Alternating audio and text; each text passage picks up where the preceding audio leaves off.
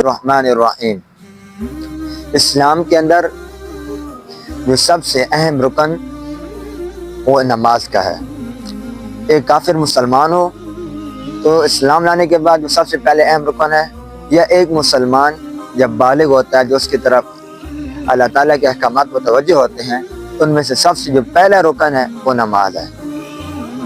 اور نماز کی وقت اور اہمیت کا اندازہ اس بات سے لگایا جا سکتا ہے کہ نماز کو اللہ جل شانہ کا قرآن مجید میں کتنی دفعہ بیان فرمایا ہے۔ بارہا اللہ جل شانہ نماز کے حکم کو، نماز کی اہمیت کو اور نماز کا ذکر فرمایا ہے۔ قرآن مجید کے ہر پارے میں دیکھیے، اقام الصلاۃ، اقیم الصلاۃ، ان الصلاۃ تنہی عن الفحشاء والمنکر۔ علماء فرماتے ہیں کہ 70 جگہ، یہ بعض علماء فرماتے ہیں کہ 700 دفعہ نماز کا حکم قرآن مجید میں اللہ جل شانہ نے ذکر فرمایا ہے اور مسلمانوں کو نماز قائم کرنے کا حکم دیا ہے۔ اور اس نماز کی وجہ سے انسان دنیا کے اندر اگر چاہے اس کو چین مل جائے، سکون ملے، تو نماز کی وجہ سے مل سکتا ہے۔ ایک بندہ نماز پڑھتا ہے، دنیا کے اندر اس کو چین سکون ملے گا، مرنے کے بعد بھی چین سکون ملے گا۔ اگر نماز نہیں پڑھتا تو دنیا کے اندر اگر وقتی طور پر سے کوئی خوشی اس کے پاس دنیا کی خوشی کے اسباب ہیں، اس کے پاس مال و دولت ہے، اچھی گاڑی ہے، اچھا گھر ہے، کھانے پینے کی اچھی چیزیں ہیں، لیکن اس کو دلی چین ہوگا وہ نصیب نہیں ہوگا۔ کیوں؟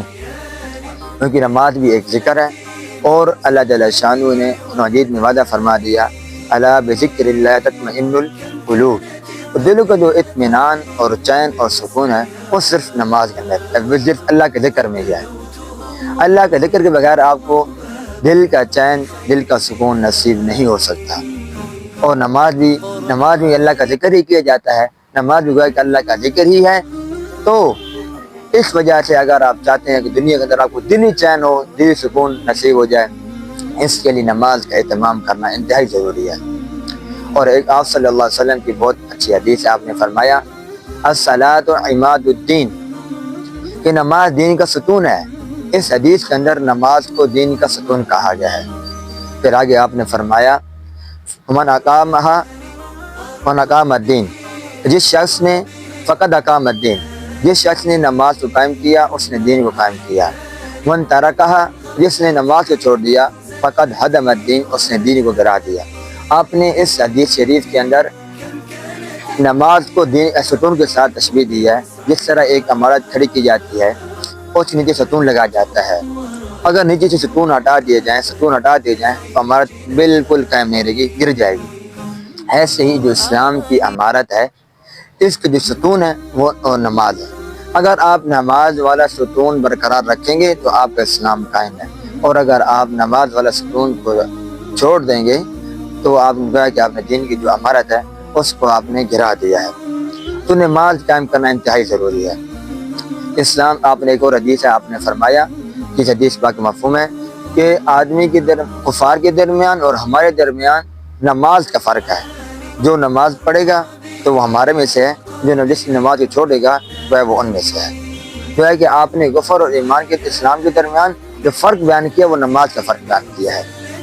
ایسے ہی آپ انسان دنیا سے جاتا ہے تو قبر کے ساتھ سب سے پہلے انسان کا واسطہ پڑتا ہے، تو قبر میں کسی عمل کی وجہ سے انسان کو سزا نہیں دی جائے گی۔ اس نے زکوٰۃ چھوڑ دی ہے، اس نے فرض حج نہیں کیا، روزے فرض ادا نہیں رکھے، فرض روزے، اس وجہ سے ان کو اس کو قبر میں سزا نہیں دی جائے گی۔